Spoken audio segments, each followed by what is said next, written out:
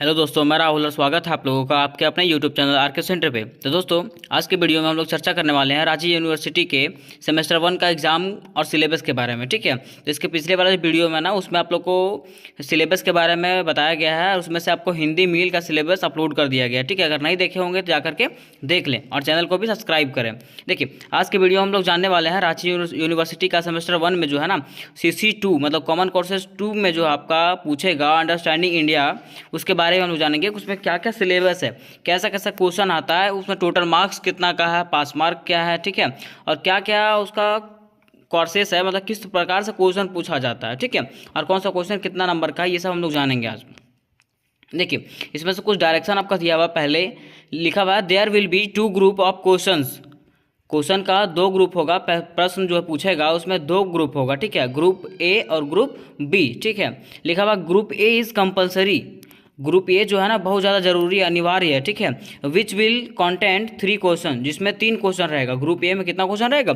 3 question रहेगा। ठीक है, question number 1 will be very short answer type consisting of 10 question of 1 mark each. देखिए, question number 1 जो रहेगा ना आपका 1-1 मार्क का रहेगा, 1-1 नंबर का रहेगा और छोटा सा लघु उत्तरीय क्वेश्चन रहेगा। ठीक है, देखिए क्वेश्चन टू और three will be short answer type of 5 marks. Question 2 और जो 3 रहेगा ना वो 5-5 नंबर का रहेगा। ठीक है, अब देखिए ग्रुप बी में आपका क्या रहेगा। ग्रुप ए खत्म हुआ उधर, ग्रुप बी में। ठीक है, तो ग्रुप बी में लिखा हुआ group B will content descriptive type 6 questions of 20 marks each. देखिए, ग्रुप बी में जो रहेगा ना आपका 6 क्वेश्चन रहेगा, 6 क्वेश्चन रहेगा 20 मार्क का। ठीक है, out of which any 4 are to answer, जिसमें से आपको 4 क्वेश्चन का उत्तर देना है। मतलब ये है ना कि ग्रुप ए और ग्रुप बी मिला करके आपका, देखिए ग्रुप ए में 3 क्वेश्चन रहेगा। ठीक है, और ग्रुप बी में आपका 6 क्वेश्चन रहेगा, जिसमें से 4 क्वेश्चन का आपको आंसर देना है। ठीक है, अब देखिए आगे पढ़ते हैं। कोर्स कंटेंट का मतलब है आपका कि सिलेबस क्या है आपका। ठीक है, अब सिलेबस को जो है ना आपको यूनिट में बांटा गया है, 4 यूनिट में बांटा गया है। ठीक है, अब देखिए यूनिट 1 में आपका क्या है। यूनिट 1 में है इंट्रोड्यूसिंग इंडिया, मतलब भारत का परिचय। ठीक है, भारत का परिचय मतलब भारत के बारे में जानेंगे। इसमें से आपका पहला नंबर में दिया हुआ है कि भारत की भूमि, इसमें हम लोग जानेंगे भारत की भूमि के बारे में कि भारत का भूमि, भारत का भौगोलिक स्थिति क्या है, इसका प्राकृतिक पर्यावरण क्या है। ठीक है, इसके बाद दूसरा में आपका लिखा हुआ है, दूसरा में आपको हम लोग को पढ़ना है भारत के लोग, मतलब भारत के लोगों के बारे में पढ़ना है। देखिए इसमें लिखा हुआ है भारत के लोगों का प्रवासन, जैसे इंडो आर्यन बोलने वाले लोग, फारसियों, यूनानियों, कुषाणों, साको, अरबों, तुर्कों, मंगोलों आदि, और भारतीय इतिहास और संस्कृति में उनका योगदान, मतलब भारतीय इतिहास में और संस्कृति में क्या उनका योगदान रहा है, इसके बारे में हम लोग पढ़ेंगे। ठीक है, थर्ड में जो है आपका लिखा हुआ हमारे देश का नाम, मतलब हमारे भारत का जो है, हमारा देश का नाम किस चीज़ पे पड़ा, ये हम लोग को पढ़ना है। ठीक है, जिसमें देखिए जम्बू द्वीप है, सिंधु है,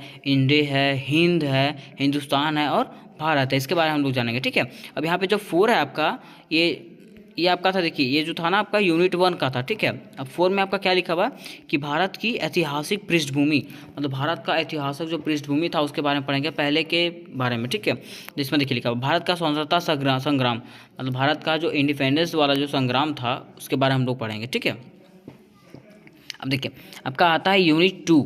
यूनिट 2 में हम लोग को क्या पढ़ना है? यूनिट 2 में जो हम लोग को पढ़ना है ना, the knowledge system of India, Bharat की शिक्षा प्रणाली, भारत की शिक्षा प्रणाली के बारे में हम लोग यूनिट 2 में जानेंगे। ठीक है, यूनिट 2 का ये आपका सिलेबस है। ठीक है, यूनिट 2 में हम लोग को ये पढ़ना है भारत की संस्कृति, शिक्षा प्रणाली के बारे में। ठीक है, जिसमें से 1 में आपका दिया हुआ है पारंपरिक ज्ञान प्रणाली, मतलब पहले के लोग कहाँ पढ़ते थे, जैसे गुरुकुल में पढ़ते थे, पाठशाला में पढ़ते थे, टोल, मकतब और मदरसे में पढ़ते थे। ठीक है, और दूसरा में देखिए लिखा हुआ आधुनिक शिक्षा की शुरुआत, मतलब आधुनिक शिक्षा की शुरुआत जो हुई कैसे हुआ, तो ब्रिटिश सरकार की शैक्षिक नीति, जब ब्रिटिश सरकार यहाँ पे आया था तो लोग अपना शैक्षिक नीति जो दिया था उससे हम लोग पढ़े थे। ठीक है, अब देखिए आपका जो 3 में जो है ना, 3 में लिखा हुआ भारत में उच्च और तकनीकी शिक्षा का विस्तार, कि भारत में जो शिक्षा का विस्तार हुआ उसके बारे में हम लोग को पढ़ना है। ठीक है, अब 4 में है राष्ट्रीय विकास में शिक्षकों की भूमिका और दायित्व, मतलब राष्ट्र का जो विकास है ना उसमें शिक्षकों की जो टीचरों की क्या भूमिका है और क्या दायित्व था उन लोग का। ठीक है, इसके बारे में हम लोग पढ़ेंगे।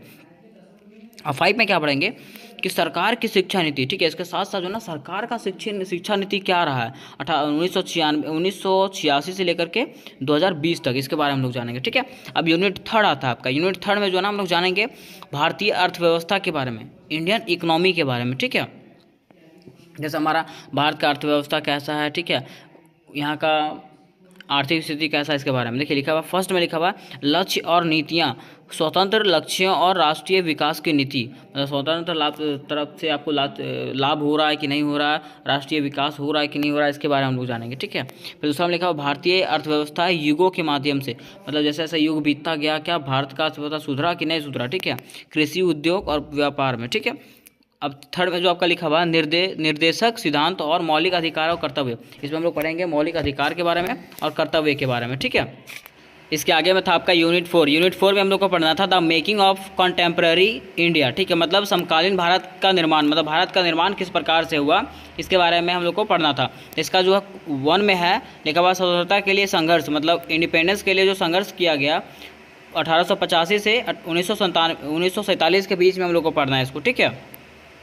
फिर दूसरा में लिखा हुआ भारतीय संविधान का निर्माण, भारतीय संविधान का कैसे निर्माण हुआ, मौलिक अधिकार क्या था, कर्तव्य क्या था, इसके बारे में हम लोग को पढ़ना। अब इसके 3 में जो था भारत की विदेश नीति, भारत का विदेशों के साथ क्या संबंध है, विदेश के साथ क्या नीति है, इसके बारे में हम लोग को पढ़ना, ठीक है। अब इसके आगे जो है लोकतांत्रिक भारत में एक नागरिक का धर्म निरपेक्ष संवैधानिक एकमात्र, मतलब लोकतांत्रिक भारत में एक नागरिक का क्या क्या अधिकार है, इसके बारे में हम लोग को पढ़ना था, ठीक है। तो उम्मीद करते हैं कि आप लोग को समझ में आ गया होगा।